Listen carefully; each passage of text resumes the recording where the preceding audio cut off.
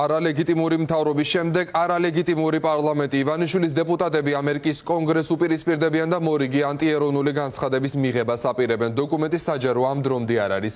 ოლიგარქის პარტიაში ამბობენ, რომ ეს იქნება პასუხი მეგობარი აქტის მიღებაზე, რომელსაც ორპარტიული მხარდაჭერა აქვს. სალომე ლაბაძე გვერდდება პირდაპირ ეთერში, მან დღეს დეპუტატებს კონკრეტული კითხვები დაუსვა. სალომე, გისმენთ. ქართული ოცნება გვიმტკიცებს, რომ შეერთებული შტატების ხელისუფლებასთან ურთიერთობის გაუმჯობესება მის პრიორიტეტებს შორისაა და რომ ის დაინტერესებულია გადატვირთვის პროცესის წამოწყებით, თუმცა როგორ დაეხმარება ამას არალეგიტიმური და ერთპარტიული პარლამენტის განცხადება, რომლის გამოქვეყნებასაც ქართული ოცნება დღეს აპირებს, საეჭვოა, რადგან იმის მიუხედავად, რომ ტექსტი საჯარო ამ დროისთვის არ არის ქართულ ოცნებაში, არ მალავენ, რომ ეს დოკუმენტი, რომელიც უკვე მომზადებულია, შეიცავს არაერთ საყვედურს მეგობარი აქტის მხარდამჭერი კონგრესმენების მისამართით და აქ წარმოდგენილი ისეთი მძიმე ბრალდებები, როგორებიცაა მაგალითად საქართველოში ცხელი წერტილის შექმნის მცდელობა და მცდელობა იმისა, რომ უსაფრთხოების გარანტიების გარეშე საქართველო ჩაითრიონ გეოპოლიტიკურ თამაშებში, როგორც ამას ქართული ოცნების წარმომადგენლები ამბობენ. ოცნებაში არც იმას გამორიცხავენ, რომ მეგობარი აქტით დაწყებული ეს პროცესი მივიდეს მათ სანქცირებამდე, თუმცა გვიმტკიცებენ, რომ სანქციები არ არის ის, რაც ახლა ოლიგარქის პარტიას ადარდებს და მათი მიზანი ამ განცხადების გამოქვეყნებით არის არა სანქციებისგან თავის დაცვა, არამედ როგორც გვეუბნებიან მხოლოდ სიმართლის გავრცელება და შეცდომაში შეყვანილი კონგრესმენებისთვის სწორი ინფორმაციის მიწოდება. ეს აქტი ან მეგობრობასთან, ან დემოკრატიასთან, ან სხვა რამისთან კი არ იყო დაკავშირებული. ეს იყო ცდელობა ერთის მხრივ ხმაური შეექმნათ და მეორეს მხრივ საქართველო ისევ როგორც უკრაინასთან დაკავშირებით იყო ჩაეთრიათ იმ გეოპოლიტიკურ თამაშებში, რა თამაშებიც მიმდინარეობს ჩვენს რეგიონში და ჩვენი ქვეყნის გარშემო. ჩვენ არაერთხელ გავაცხადეთ, რომ საქართველო არ აპირებს რომ გახდეს კიდევ ერთი ცხელი წერტილი და აი გეოპოლიტიკური მორევის ერთ-ერთი მონაწილე ჩვენ ავაპირებთ ამ მორევში გადახტომას თავით დაცვის საშუალებების გარეშე და მე აგულისხმობ უპირველეს ყოვლისა იმას, რომ საქართველო არ არის ნატოს წევრი, საქართველო არ არის ევროკავშირის წევრი და ამის მიუხედავად მაინც საქართველოს უბიძგებენ ამ გეოპოლიტიკურ მორევში გადახტომისკენ. ამიტომ კიდევ ერთხელ ჩვენი პასუხი იქნება დასაბუთებული, არგუმენტირებული პარლამენტის განცხადება, ასე ვთქვათ. საჭირო არის ყველა ასეთ ჩვენი სამშობლოს, ჩვენი ქვეყნის წინააღმდეგ აი ესეთ დაუსაბუთებელ ბრალდებებს გაეცეს პასუხი. ეს ჭირდება მიმდინარე პოლიტიკას და ეს ჭირდება აუცილებლად ისტორიასაც. ამის გარეშე არ შეიძლება რომ ჩვენ საქართველოს და თითოეულმა ქართველმა მოქალაქემ თავი ჩათვალოს იმ ადამიანად, ვისაც შეიძლება ვიღაცამ ვაშინგტონიდან თუ პეკინიდან თუ მოსკოვიდან თუ ნებისმიერი სხვა დედაქალაქიდან დაგვაბრალოს ის, რასაც არ იმსახურებს საქართველო, მაგრამ რა ხანიდან არის ნათქვამი, ჩვენ თავჩაღუნელებმა უნდა მიიღოთ.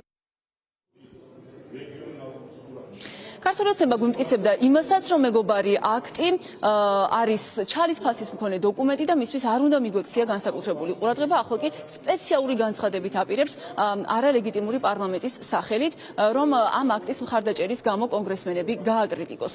ოპოზიციაში ამბობენ, რომ ეს მცდელობა ქართული ოცნების მით უმეტეს იმ ფონზე, რომ უკვე გამოქვეყნებულია ირაკლი კობახიძის ღია წერილის, რომელიც ასევე შეიცავს მეგობარი აქტის კრიტიკას, არის ოლიგარქის სასოწარკვეთის გამოხატვა.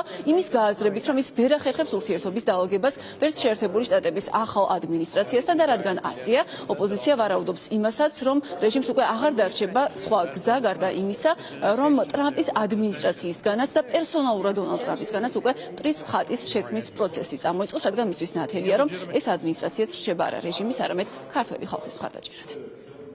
და არავითარი რეალური გავლენა პროცესზე არ იქნება იმას, თუ რა წყალბაკრულით მიმართავენ დასავლეთს და ჭყალებს შეერთებულ შტატებს ამ შემთხვევაში აი ამ არალეგიტიმური პარლამენტის წევრები, მაგრამ ერთი ცხადია, რომ ის პოლიტიკური დარტყმა, რომელსაც ქართულ ოცნებაზე ახდენს მეგობარი აქტი, კიდევ ერთხელ ხაზგასმით გამოჩნდა აი ამ ქცევაში და ამ ისტერიაში, რომელშიც არიან ჩავარდნილები უკვე რამოდენიმე დღე. ეს კატასტროფული მიდგომა, მათხოვრობა ამერიკის შეერთებულ შტატებთან, რომ მეგობარი აქტი თურმე არის ჩვენთვის ტრული აქტი და რატოა? ქართული ოცნების, მაღალჩინოსნების დასანქცირება და ხელისუფლების, რომელიცაც ლეგიტიმაცია არ აქვს, დასავლეთში და ხელს არ ართმევენ, ამ ხელისუფლების დასანქცირება მე რას მავნებს? პირიქით, ხელს მიწყობს. და ეს არის ხალხი, რომელსაც არ აინტერესებს კონგრესის კოლექტიური გადაწყვეტილება, და აინტერესებს კიმბერლი ლოუ რა სიტყვის. ჯანსაღ ადამიანებზე გვაქვს საუბარი? იმის მიუხედავად, რომ მაღალია იმის ალბათობა, რომ ქართული ოცნების მიერ მომზადებულ აი ამ სპეციალურ განცხადებაში შინაარსობრივად მოულოდნელი არაფერი იქნება და ეს დოკუმენტი გააერთიანებს მეგობარი აქტის მტრულად წარმოჩენის შესახებ ოცნების დეპუტატების თუ არა მხოლოდ დეპუტატების მიერ საჯაროდ გავრცელებულ გზავნილებს. ამ დროისთვის ეს ტექსტი გასაჯაროვებული მაინც არ არის, რაც წესის დარღვევაა, თუმცა ამ წესს ქართული ოცნება არღვევს იმ მარტივი მიზეზის გამო, რომ როგორც თავად გვეუბნებიან, ახლა საჭიროა საზოგადოებამ ყურადღება დაუთმოს შავა პაპუაშვილის იმ მოხსენებას, იმ წლიურ ანგარიშს, რომლის წარდგენითაც დაიწყო სწორედ პლენარული სესია და რომლის წარდგენასაც ესწრებიან ასევე ქართული ოცნების მთავრობის წარმომადგენლები. აქ იმყოფება ირაკლი კობახიძე, იმყოფებიან მისი კაბინეტის წევრები და ისინი ერთად უსმენენ შავა პაპუაშვილის აი ამ წლიურ ანგარიშს, ანუ ანგარიშ იმის შესახებ, თუ რა გააკეთა ამ ერთპარტიულმა პარლამენტმა გასული 1 წლის განმავლობაში. ოცნებაში ამბობენ, რომ მეგობარი აქტის გასაკრიტიკებლად მომზადებულ განცხადებას მხოლოდ აი ამ პროცესის დასრულების შემდეგ გამოაქვეყნებენ. ამისთვის ჯერ გაიმართება საგარეო კომიტეტის სხდომა, შემდეგ კი ეგრეთ წოდებული დეპუტატები ამ განცხადების დამტკიცებისთვის ისევ სესიაზე დაბრუნდებიან. ხო, განცხადების დამტკიცების შემდეგ ცნობილია ისიც, რომ ოცნება გეგმავს მის თარგმნას და ამ დოკუმენტის კონგრესში გაგზავნას.